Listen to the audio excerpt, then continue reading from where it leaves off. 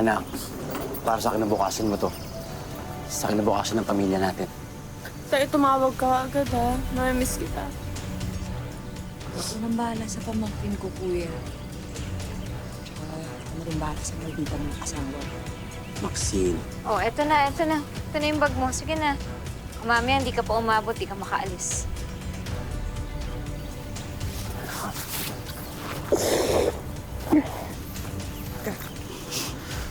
Father, kayo nang bahala sa pamilya ko, ah. Sana gabayan niyo sila araw-araw. Oo naman, Arthur. Mauna na ako.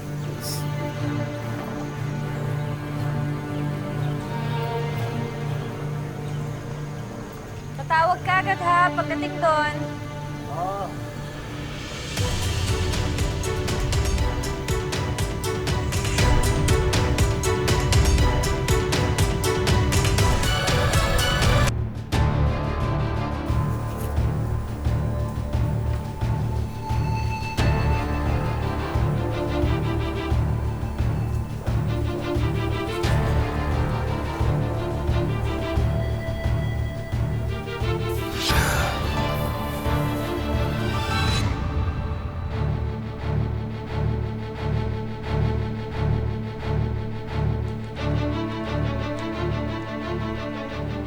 Sa ngalan ng Ama, ng Anak, ng Espiritu Santo.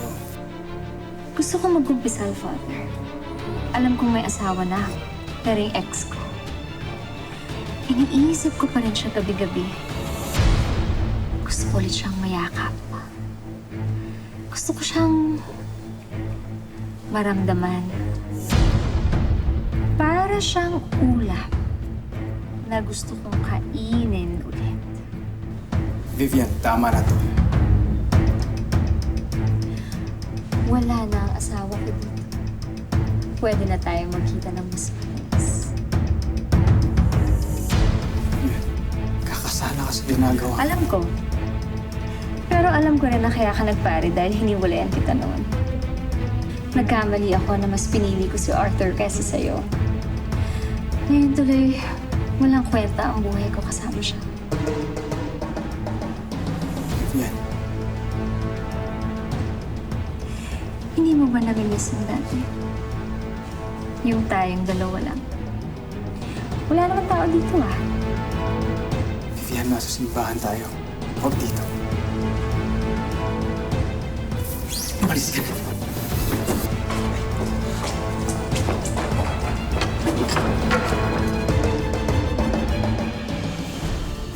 Lord is my strength, and He's my Savior.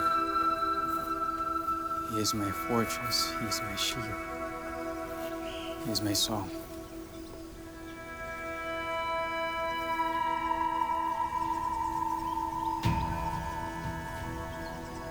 Lord your God, great.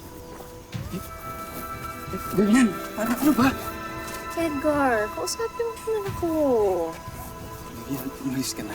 Umalis ka na. Bakit? Hindi mo ba ako namimiss? Edgar! Mali ito eh. Mali ito. Anong mali? Ang mali ang yung hindi mo pagpapakatotoo. Alam mo, at alam ko, mahal mo pa rin naman ako eh. Diba?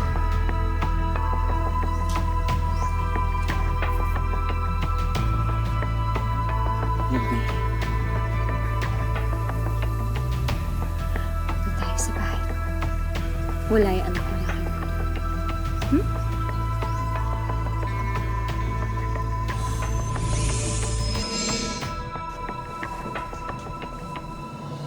Mahal pa rin kita, Edgar.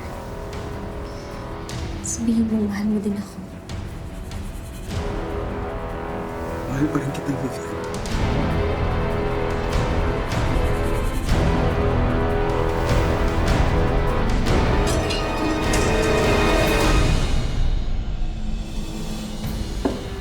Anay, tama-tama. Kain na tayo. Ah, may volunteer work ako sa simbahan, kaya hindi na ako kakain dito, ha? Sayang naman. Nagluto pa naman ako ng paborito mo. Anong paborito ko? Wait tayo. Ito na yun. Sino ba, miss? Oh, ano ba yan? Ano ba yung ulam na yan? Ang baho-baho, nakakasuka. Inay, paksiw yan. Unay? Unay? Unay?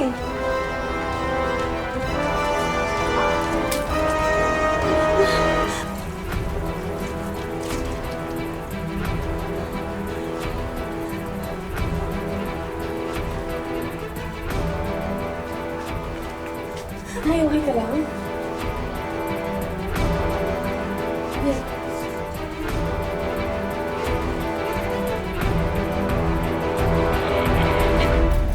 Maraming salamat sa pagsama sa ating istorya sa Tadhana. Nakaka-relate ka ba sa ating mga bida? Nako, i-comment mo na yan para sa iba't ibang kwento na punong-puno ng pag-asa at inspirasyon. Mag-subscribe na sa GMA Public Affairs at YouTube channel.